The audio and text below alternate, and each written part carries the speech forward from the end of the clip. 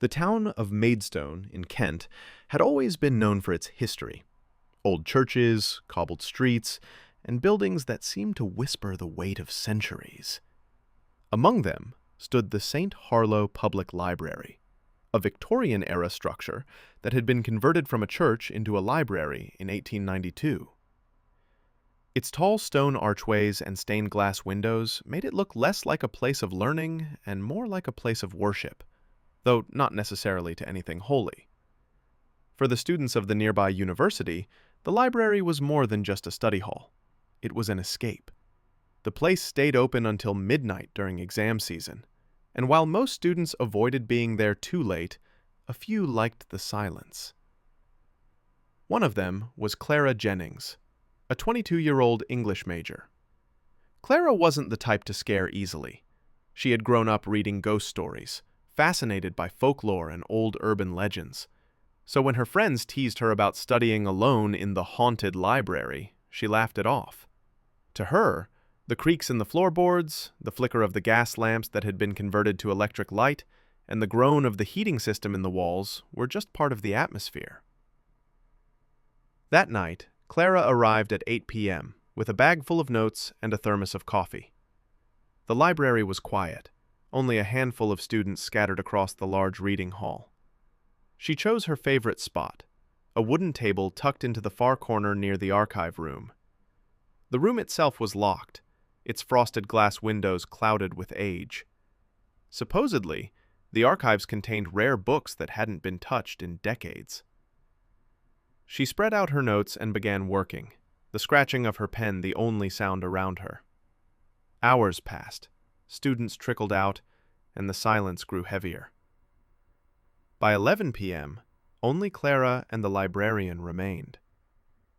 The librarian, Mrs. Redford, was a stern-looking woman in her 60s. She always sat at the front desk with a small lamp, knitting or reading, while keeping a watchful eye on the place.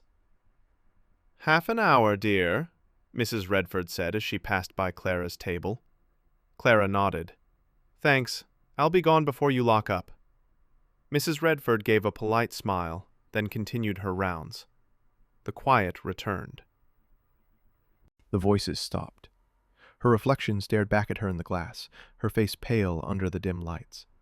She took a step back, heart beating faster.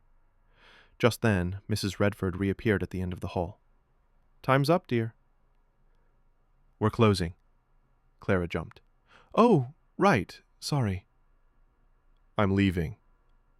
She hurried to pack her things, not wanting to look suspicious. When she glanced back, the archive room was silent. The next day, Clara couldn't stop thinking about it. She asked a friend who worked part-time at the library about the archives. "Oh, that place?" her friend said. "They keep it locked. No one goes in there. Some of the books are too fragile, apparently." "Have you ever heard anything?" Clara asked. Her friend laughed. "What, like ghosts? Nah. But I've heard people say weird stuff happens there at night. Mrs. Redford doesn't like talking about it." That only made Clara more curious. So, against her better judgment, she went back the following night. The library was emptier than before. She set up her books near the archive room again, pretending not to glance at it too often. For the first hour, nothing happened, just the quiet turning of pages, the ticking of the old clock on the wall. Then, around 10:30, the whispers returned. This time she didn't hesitate. She walked up to the frosted glass, pressing her ear close. "Cannot leave. Still waiting." Her stomach dropped. She stepped back, eyes wide. The doorknob rattled. She froze.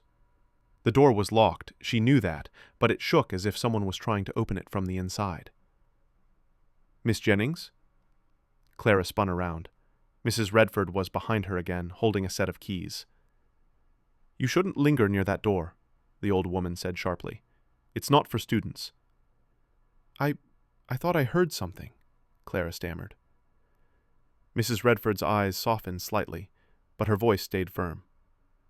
"Go back to your table, dear. Some doors are better left closed." Clara obeyed, but the rest of the night she couldn't concentrate. When the library finally closed and she stepped into the cool night air, she swore she still heard whispers trailing after her, carried on the wind. And deep down, when she stepped inside, the library smelled faintly of old wood and damp paper. Mrs. Redford was at the front desk again, knitting in the dim lamplight. "Back again, Miss Jennings?" the librarian asked, peering over her glasses. Clara forced a smile. "Yes, exams, you know." Mrs. Redford gave a small nod. "Don't stay too late. This building has a way of unsettling those who do."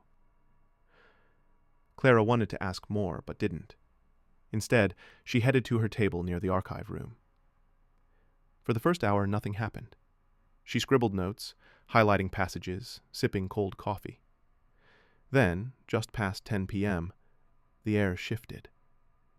The silence grew heavy, pressing against her ears. The whispers began.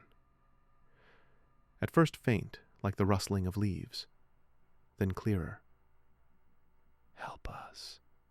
She hears us. Don't trust her." Clara's pen slipped from her hand. She stared at the door. "Who's there?" she whispered. The voices hushed, then one word came through, sharp and distinct. "Clara." Her blood ran cold. The door shuddered again, rattling violently this time. She stumbled back, heart pounding. "Miss Jennings!" Clara jumped. Mrs. Redford was standing a few feet away, her expression unreadable. "You should go home now," the librarian said firmly. Clara swallowed hard. "There's someone in there. They said my name." Mrs. Redford's lips pressed into a thin line. For a moment, Clara thought she saw fear in her eyes, but it was quickly replaced by sternness. "No one has been in that room for decades," she said. "It's sealed. Don't let your imagination run wild. But go home." There was no room for argument. Shaken, Clara gathered her things and left. That night she couldn't sleep. The whispers echoed in her mind. Finally, she pulled out her laptop and searched St. Harlow Public Library history. Most results were harmless. Articles about the building's Victorian architecture, photos of its stained glass windows. But buried in the archives of a local newspaper she found something else. A headline from 1958. 3 found dead in library basement fire. She staggered to her feet, heart hammering. "What do you want?" she cried. The whispers stopped. Then, slowly, letters began to appear on the inside of the fogged glass, as if traced by an unseen finger. "Let us out." Clara gasped, stumbling backward. Her chair scraped loudly across the floor. "Miss Jennings!" Mrs. Redford was there again, rushing toward her. But this time, the librarian looked pale, shaken. "You must leave. Now." Clara pointed at the glass. "Did you see that? They wrote on the window." "There's nothing there," Mrs. Redford snapped, but her trembling hands betrayed her words. Clara's voice rose. "You know what's in there, don't you? You've known all along." The old woman's face hardened. "Some truths are not meant to be disturbed. Please, for your own sake, do not come back at night." Clara grabbed her bag and fled, tears stinging her eyes. At home, she tried to convince herself she was done. She would study somewhere else, keep her distance. But her thoughts kept circling back to the voices. They had called her by name. They had asked for her help. And deep down, Clara knew she wasn't finished with the library. Whatever was locked in that room wanted out, and they had chosen her. Clara lasted 3 days. 3 days of restless sleep, of hearing faint whispers whenever she closed her eyes. Sometimes she thought she smelled smoke in her apartment, even though nothing was burning. Once, she woke to find the word "waiting" scrawled across the condensation on her bedroom window, from the inside. She couldn't escape them. So on the fourth night, she stopped trying. The library was nearly deserted when she entered. Only Mrs. Redford was there, as always, at her desk. The librarian looked up sharply when she saw Clara. "You shouldn't be here," she said, her voice strained. Clara met her gaze. "I have to know the truth."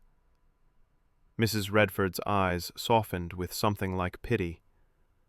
"The truth won't set you free, child. It will bind you." But Clara turned and walked toward the archive room. She set her books on the table but didn't open them. Books in that archive were not just rare, they were forbidden. They bound themselves to the room. And now they hunger, Clara shook her head. "But they begged me for help. They said they were trapped." "They will say anything," Mrs. Redford whispered. "Anything to make you open the door." The whispers surged, louder, furious. "Liar. Don't trust her. Clara, free us." The glass shuddered, cracks spidering across its surface. Clara flinched, torn between fear and pity. "They need me," she said. Mrs. Redford's voice trembled. "If you open that door, you won't leave this library alive." For a long moment, the only sound was the frantic whispering, like 1,000 voices pressed against the glass. Then Clara stepped forward. "Give me the key." Mrs. Redford's face crumpled. With shaking hands, she held out the heavy iron key. "Don't say I didn't warn you." Clara took it. Her fingers felt ice-cold as she turned to the archive room. The lock clicked. The whispers rose in a deafening chorus. The door swung open with a groan, revealing darkness so deep it seemed to swallow the light. The smell of smoke and charred paper rushed out, making Clara gag. "Hello?" she whispered. Something moved inside. Figures, blackened and distorted, stepped forward. Their faces were half-burned, eyes glowing like embers. Their voices echoed in unison. "At last." Clara stumbled back, horrified. "I thought you wanted to be free!" The figures grinned with blistered mouths. "We are free, now that you opened the way." Behind her, Mrs. Redford cried out, "No!" The air grew searing hot. Flames flickered along the walls of the archive, spreading unnaturally fast, though nothing seemed to burn. The figures surged forward, shadows stretching across the library floor. Clara turned to run, but invisible hands grabbed her, pulling her toward the darkness. She screamed, thrashing, but the voices drowned her out. "You belong to us."